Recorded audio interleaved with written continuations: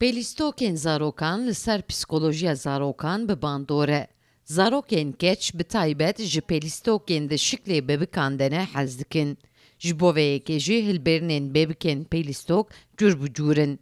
Hinek bebik henin rûkenin, hinek bebik henin xemgînin, hinek bebik jî henin bê îfade ne. Li Amedê jinekê teknîker piştî teqewutbûnê ji bo neviyên xwe li mala xwe dest bi çêkirina bebikên pêlîstok kiriye. Duvrê jî jê re bûye deriyekî bazirganiye. Jina Amedî niha li Amedê ev pêlîstokan çê dike û difroşe.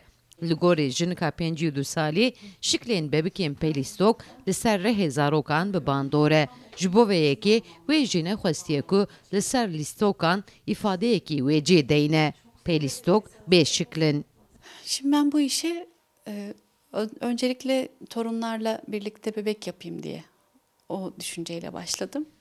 Min ewlê ji bo neviyên xwe dest bi çêkirine bebikên pêlîstok kir. Lê dûre min dît ku karekê bi kêf e. Çêkirina pêlîstokê li ser rehê mirov bi erênî bandore. Her wiha li ser mêjiyê zarokan jî bi bandore. Bebikên ku li ser rûyê wan îfadeyekî hebin, li ser zarokan bandor dike. Lê bebikên ki bê îfade bin, zarok bi xwe dema ku bi bebikê xwe re bilîze dikare îfadeyekê deyne. Ev jî li ser psîkolojiya wan û jiyana wan bandor dike. Çocuklar kadar mutlu etsin diye, bir hobi edinsinler diye. Semra Güz bebikên pêlîstok ji heriyê çê dike. Fîstan dudure û duvre li wan dike.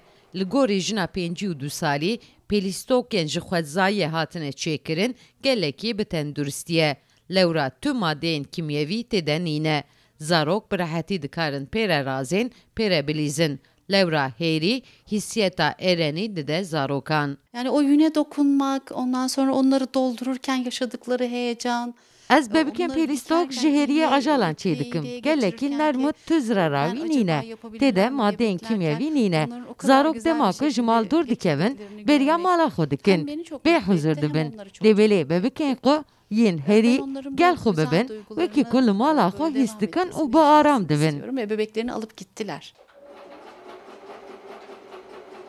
Semra Xan amaje dike ku pêşerojê de ev kara fêrê jinên Amedê jî bike ku ew jî ji bo zarokên xwe çê bikin.